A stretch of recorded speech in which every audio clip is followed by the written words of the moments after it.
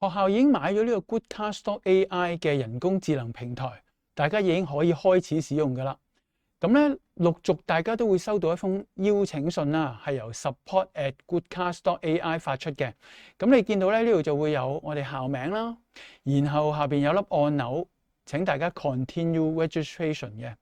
咁呢條片咧，主要就係講大家收到呢一封邀請信之後咧，點樣登記一個你專屬嘅戶口。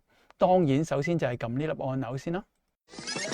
咁佢就會指向大家入呢個 Goodcast.ai， 然後咧佢就話工作階段已過期啦。咁大家喺度稍等佢咧，就會入咗呢個登入嘅界面。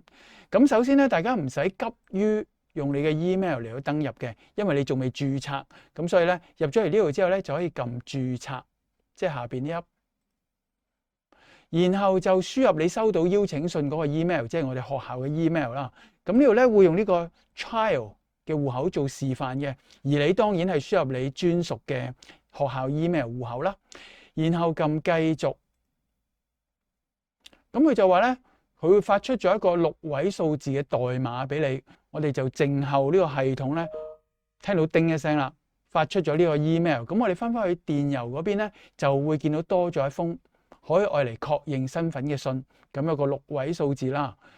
咁呢個當然係我嘅6位數字啦。咁你申請登記嘅時候咧，亦都會有你專屬嘅6位數字啦。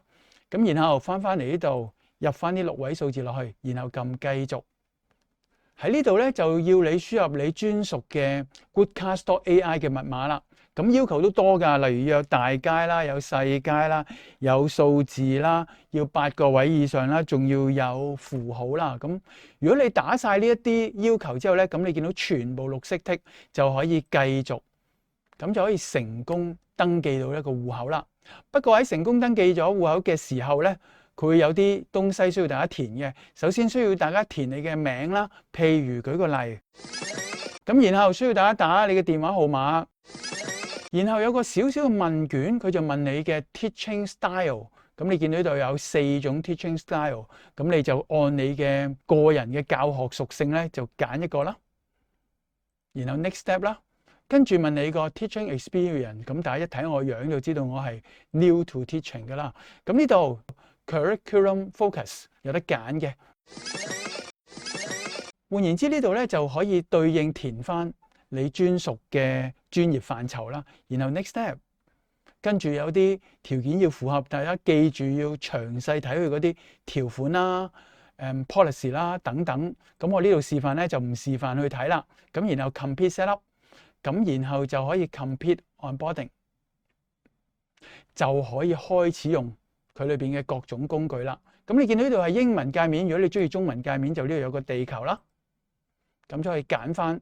咁就轉成一個咧，你可以使用嘅你喜歡擅長嘅界面嘅 AI 系統，而且可以開始使用噶啦。咁所以快啲登記，早日使用啦。